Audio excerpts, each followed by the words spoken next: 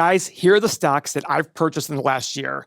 I'm only down on one of them, but I'm not going to be like those other YouTube hypesters who says, look at me, I did a great job this year.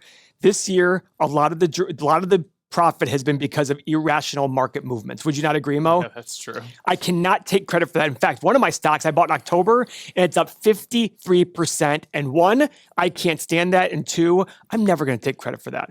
What I'm going to do is I'm going to follow my process, and I'm going to look at my results over a 5-10 year period of time. You cannot extrapolate what's happened in any 1 year, any 1 month, any 2 months and say, this has done a great job. Just like if my stocks were down, doesn't mean I'm necessarily wrong. So guys, here are the companies I own and how much they're up just in stock price, not including dividends. 3M, 11.7%. Alibaba, down 7.1%. American Express, up 24.1%. Brookfield Asset Management up 25.6%, Disney up 6.1%, Generac up 53.14%, HPQ up 0.7%, Paycom up 39.7%, PayPal up 1.1%, Sprouts Farmers Market up 35%. And remember, guys, any of these stocks that I own, do not even think about buying these things. You need to learn a process. What I'm trying to do is teach you guys here that looking at short-term results are useless. The reason I like doing this video is because I disagree with these short-term results. I don't think these results are indicative of my potential. In fact, Generac making 50-some% in the last 2 months is nowhere close to what I can possibly make on it. Yeah. That would never, that's extrapolated, that's like 300 or 400% a year annualized. No way that's going to happen. So don't believe people who just cherry pick their results here and sit there and say, oh, look at one of my favorite stocks also, PayPal. I'm only up 1% on PayPal since I started buying it. And I think that one has a lot of potential. My one stock I'm down on, Alibaba, I'm down 7.11% on that since I started buying it. Okay? What do I think? What stock do I think has the most potential? Alibaba. And that's what I'm down on. Does that mean you should go buy it? Absolutely not. Sprouts Farmers Market is a company that I love. And the thing I hate about it is I started buying it in the low 30s, and now we're up overall on 35.01 point. By the way, you know why? Because I was buying it as it was going up as well. Yeah. So my basis has increased. On my initial purchase, but the same thing happens on BABA. I started buying it at 120 and dollar cost average down, right? Yeah. So I look at this thinking, okay, why is this so hard for people to understand? I don't know. And the funny part is, I'm on Twitter. I love talking on Twitter, and I love the lies that occur on Twitter. People saying, one guy recently said on Twitter, like, oh, Paul's an idiot. He shorted Amazon in 2000. I'm like, I wish I shorted Amazon in the year 2000. That'd have been a brilliant play. It went from $113 a share down to $5 or $6 a share. Yeah. Guys, investing is about long-term outlook. It's about lacking FOMO. If you chase the hype, you'll get burned by the hype. If you have a strong fundamental process and you know why you buy companies, as they go down, as long as your thesis is correct, you're going to buy more shares. Yep. All these companies I have, my thesis is the same, whether the stock goes up 30% or down 30%. Now, with that said, do I still look into the thesis and make sure that any given year it's still going? Doesn't change, yeah. Absolutely. Mo bought Apple at $17 a share. You're up like 12 times in your investment. You asked me recently, Paul, Apple's so overvalued. Should I sell it? And what did I say? No.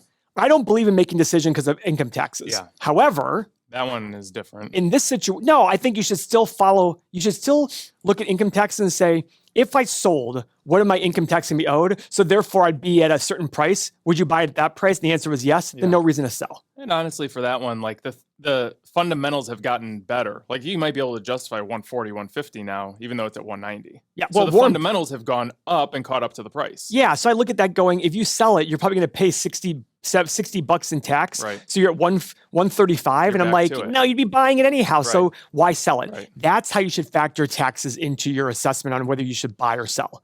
Don't worry about paying a tax. Yeah. Worry about what it means for your opportunity cost. And I also asked him, do you have anything else you want to dump all that money into? He said, no. I'm like, okay, well, then I think you should keep it. Go right to treasuries. Those things together make me say, just keep the company. Because if it fell to 130, I'd be buying it myself. Right. Warren Buffett's buying it under 140. I was more as time goes on, my value has increased because of fundamentals getting better and better. And I look at that saying, and they're buying back shares, and Tim Cook is listening to Warren Buffett. I don't own any Apple yet, but I hope it gets low enough where I can own it. I don't own any Google yet. I think you can justify Google's price today. Yeah. But I'm not here to buy something that's justifiable. I want a good deal. One of my stocks that absolutely killed it, Paycom Software, up 39.7%. It fell to 150. Hit my strike price at 150. I bought some, went to 145, and now where is it, Mo?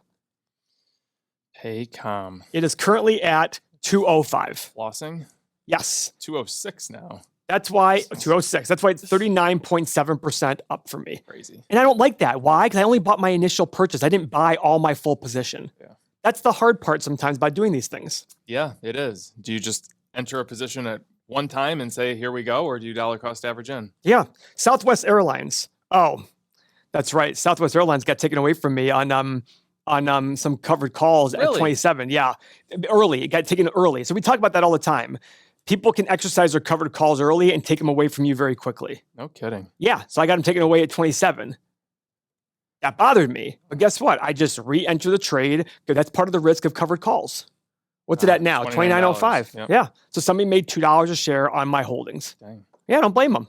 They did a great job. So when it comes to anybody investing, anybody on the internet, understand their process. And the process isn't always results driven. In fact, in the short run, it's not results driven. In the long run, it's results driven. Remember Cathie Wood criticizing all those boring value investors? Everybody said, look how boring Warren Buffett is. Cathie Wood's outperforming him. Then all of a sudden, Cathie Wood's stock falls 75, 80%. And what do people say?